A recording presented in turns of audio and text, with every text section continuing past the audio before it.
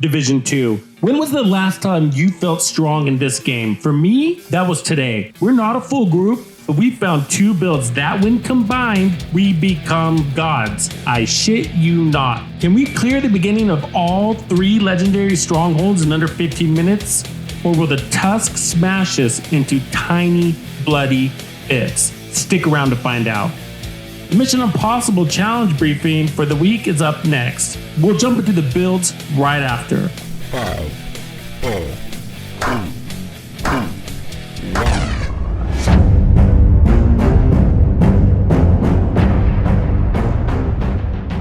1. Morning, Agent. Your mission this week, should you choose to accept it, involves clearing the White Tusk presence guarding the entrance of all 3 legendary strongholds in a single session, and you need to do it as fast as you can.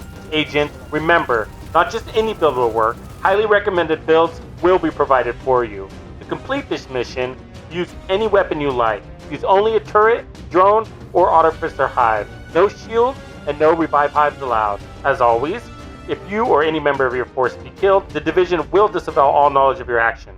And Agent, if this happens, you're going to have to start all over. It is essential that you recruit 1 agent crazy enough to do this mission with you. You have 7 days to complete the mission with your team. Rendezvous at Tux's Discord to check in using codename WeAreGods. You can also do the same on Tux's Twitter. This message will self-destruct in 5 seconds. Let's jump right in, Banditos. I'm going to download you on how to clear and conquer the first part of every legendary stronghold back to back in 2 to 5 minutes with only a 2-man team. I'll also be recommending 2 of the best hybrid legendary builds for this duo challenge. First build I recommend is the Game Over Legendary solo build I just released. Here's a high-level view of the build. If you think you have it all figured out, I assure you, you don't. The devil is in the details of this one. For the complete walkthrough, head over to the full video. I'm dropping the links in the description area below and at the end of this video. This build is able to spend more time out of cover. I suggest you use it as a spearhead and the other build to be in tow. Build 2 is called Slaughter, and it brings together some of the best pieces in the game to provide max damage and amazing survivability. It pushes fast and hard and spends amazing time out of cover. Links below for the full build video. Note that I am running the Game Over build. My duo mate is running the Slaughter build. The objective is to clear the entry of all legendary strongholds until you reach the first checkpoint, completing all 3 in 15 minutes or less. Now, if you die and need to restart any of the 3 missions, that's okay. We did all 3 in 8 minutes and 30 seconds total. We're not by any means claiming this as the fastest ever. What's important is that we are introducing ourselves to new and exciting challenges. I have so much more fun playing a duo than I do in a full group. What do you guys think? Have you tried running Legendary's duo before? Let me know in the comments below. This is what you need to know for the District Union Arena. Your prioritization of targets is the most important thing. The engineers and tanks have to go first. Once the tanks are gone, your next priority is the elite grenadier. But whatever you do, do not kill the veteran grenadier. He is the trigger man. If you kill him, the next wave will come early. You want to be under the helicopter drop zone with turrets and drones ready. Your goal is to kill them all by the time they hit the ground. Turret placement is key here. You want at least 1 at a high point when they come down the rope. You want to kill the elite rusher first, then the veteran drone operators, then the grunt rushers, and the grunt drone operator. Don't be afraid to run in the middle of that crowd to grab your trophies. That will clock overcharge on your skills basically and burn them even faster. Same thing goes for the chungas. You want to be under the heli waiting when they arrive. There is a good chance you can burn the chunga by the time he hits the floor. The trick to this part is to not worry so much about the chungas as you do the snipers. The snipers will run and hide far away and steal time from you. Also, they can one-tap you, so kill them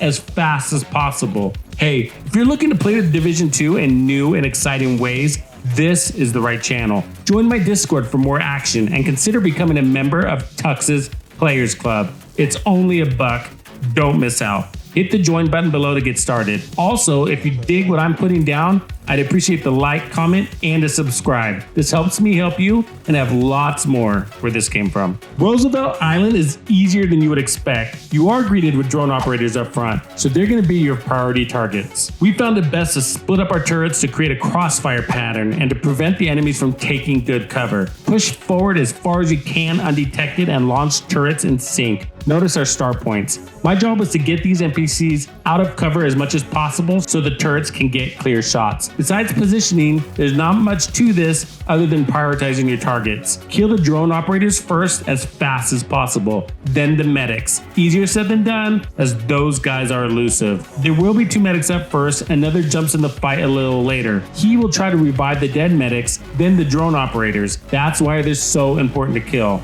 Watch all the pawns. They like to retreat there and lean against the bridges where your turrets can't see them. The game over build should jump in the pond with them to clear them out. A few will try to fall back behind you, make sure you kill them before they do. They're usually red grunts anyways. We ignored the hounds and left them for last. They run around like locos. Next, target the grenadiers. Luckily, they didn't have a chance to get too many shots out on us. With the game over build, I find displacing often is the best way to survive, and the drone is very important to keep near you. It acts as your shield because it pulls aggro, and your tech should be firing at whatever you're firing at. Don't let your tech wander.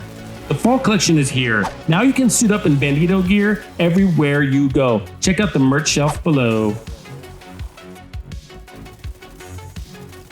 Capitol Hill was the hardest of the set. It took a little longer because of the healing stations. We had a hard time consistently getting to the first tech before he dropped his station. Watch carefully. It's important the game over build leads the charge. Follow my steps exactly. Deploy your drone right as you see the in-combat spawn screen indicators. Target your drone on the first NPC coming from the right. When you get to the steps, tuck and roll and deploy your turret. Next, go back to your turret and the unoccupied bridge. By capturing the bridge, we skip chungas, hounds, and a whole second wave. Your priority targets are the grenadiers and the single sniper. Otherwise, push forward as fast as possible. You don't need to clear everybody out. From there, it's about getting your turrets in good placements near the spawn points. Start close to the right door, then push in front of the left spawn door as fast as possible. Your priority targets are the healing station and techs, then the medics and drone operators.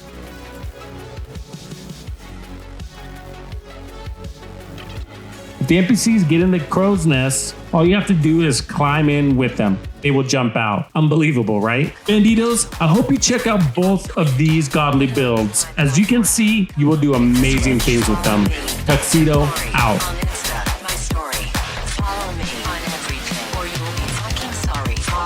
On everything. Follow me.